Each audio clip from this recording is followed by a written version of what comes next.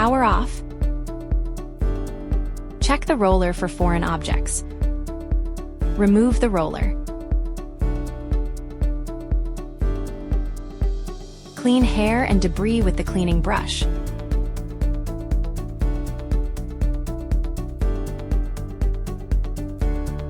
Check the mounting grooves for foreign objects.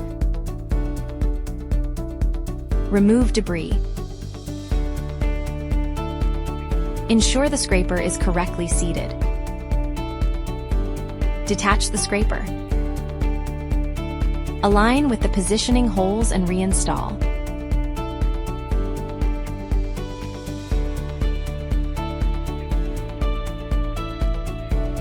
Press down firmly with both hands until it clicks. Ensure the roller side bracket assembly is fully seated.